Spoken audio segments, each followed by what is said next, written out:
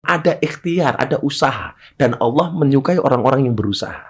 Ya tapi bener ya, kalau gitu ngapain pakai helm ya? Iya. Orang hidup mati di tangan Di Allah. tangan Allah, kenapa harus pakai helm? Tapi minimal orang begitu menggunakan helm dan tidak pakai helm, ketika terjadi insiden dan kecelakaan, lebih berbahaya yang tidak pakai helm. Karena Dan begitu kita menggunakan helm melindungi kepala kita dengan helm, berarti ada ikhtiar dan usaha. Dan yang perlu diingat, Allah memerintahkan kita untuk usaha, tidak memerintahkan kita untuk sukses. Ya kan? Iya tidaknya, mungkin di tangan beliau. Di tangan Allah. Tapi dia melihat usaha kita. Melihat usaha dan ikhtiar kita. Maka kadang-kadang, bener sih, bener. jadi begini, kadang-kadang yang dilihat oleh Allah itu prosesnya, kadang-kadang yang dilihat oleh Allah itu akhirnya. Contoh masalah keimanan, walal akhiratu khairul laka minal ula. Lebih baik awalnya dalam tanda kutip dia tidak beriman tapi matinya beriman daripada awalnya beriman tapi matinya tidak beriman. Artinya dilihat oleh Allah apa? Finishingnya. Oke, itu dilihat finishingnya ya. Oke. Tapi juga ada yang dilihat oleh Allah itu prosesnya. Contoh, lu belajar ngaji Iqra atau turutan atau juz amma. Sampai lu mati nggak bisa baca Quran.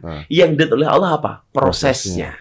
Orang niat berangkat haji, udah nabung, nggak lunas-lunas, belum berangkat, mati. Yang dilihat oleh Allah bukan finishing, tapi niatnya, prosesnya. Oke. Lah orang nggak bisa membedakan ini gitu loh. Ya kan? Sama aja tadi pas persoalan helm. Helm tidak menjamin dia tidak kecelakaan, tidak menjamin dia tidak mati, tapi minimal ada ikhtiar dan usaha untuk tidak parah ketika terjadi kecelakaan. Tapi gue masuk akal sih. Maksud gue gini, kalau kita jadi zat maha besar nih ya, kita jadi Tuhan kita nih gue. Terus ngeliatin orang gitu ya. Yang ini berdoa tiap hari minta rezeki. Tapi kerjanya malas-malasan, tidur. Yang ini minta rezeki. Tapi tiap hari berusaha kerja. Ya kayaknya gue ngasih yang ini deh. Ngasih yang kerja kan? Iya kan? Daripada yang tidur iya kan? Dong. Jadi begini. Bener dong. Ini pelajarannya lebih jauh. Dalam kitab Hikam itu bro. Kitab Hikam itu kitab hikmah yang sering dibahas sama Gus Baha. Penulisnya adalah Ibnu Athaillah As-Sakandari. Di situ ada bahasa harapan, ada bahasa angan-angan. Bahasanya Ibnu Athaillah apa? Ar-raja'u ma qoronahu amalun wa ila fahuwa umniyatun. Yang namanya harapan itu adalah ketika diikhtiarkan dengan usaha, dengan amalan. Sementara kalau tidak berarti dia hanya angan-angan. Jadi kalau kita pengen, jadi begini. Kalau gimana? Coba. Ya kalau harapan itu adalah. Gue masih agak bego kemarin kena COVID tuh. Gara-gara COVID ya. Iya. Jadi gue harus ngomong pelan-pelan ya. Jadi harapan itu bahasa Arabnya roja. Roja itu harapan. Harapan ya. Harapan itu adalah sesuatu yang kita pengen berhasil dengannya dengan menggunakan amal dan perbuatan. Ada ikhtiar dan usaha. Ada ikhtiar dan usaha. Sementara kalau tidak ada ikhtiar dan usaha itu namanya angan-angan. Angan-angan pengen jadi orang kaya. Nah, pekerjaannya tidur, nggak mau usaha, nggak mau kerja, nggak mau bisnis. Bikin status WA, akan indah pada waktunya. Itu namanya harapan apa angan-angan? Angan-angan. Nggak mau syuting, nggak mau podcast, nggak mau apa, bikin status. Besok juga akan kaya pada waktunya. Itu namanya angan-angan. Sukses datang dari tangan Allah. Sukses dari tangan Allah. Tapi dia tidur. Angan-angan. Makanya saya bilang, cepat bangun, tidurmu miring, mimpimu jelek gitu loh.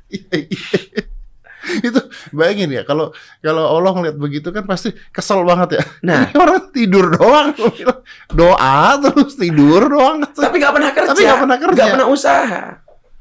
Lah kayak vaksin, kayak helm, kayak lo berobat ke rumah sakit, sehingga kemudian tahu ada sitokin dan sebagainya. Itu dari mana? Karena ada harapan, makanya lo ikhtiarnya pakai torak, Siti Torak, iya kan?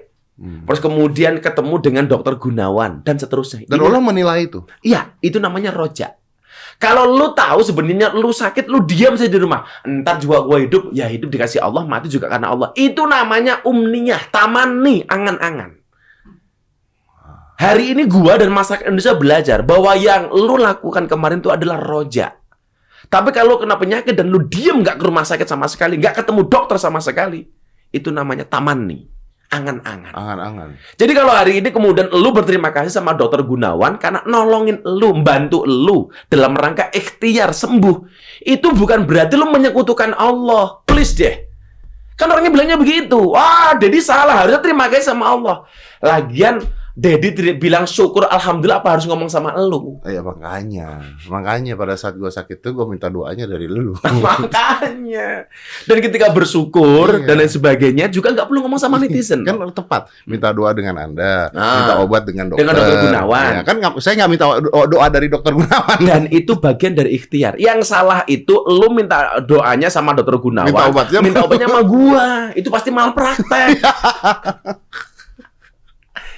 Jadi, kalau memang semuanya untuk Allah, berarti di Arab Saudi nggak perlu dong ada rumah sakit.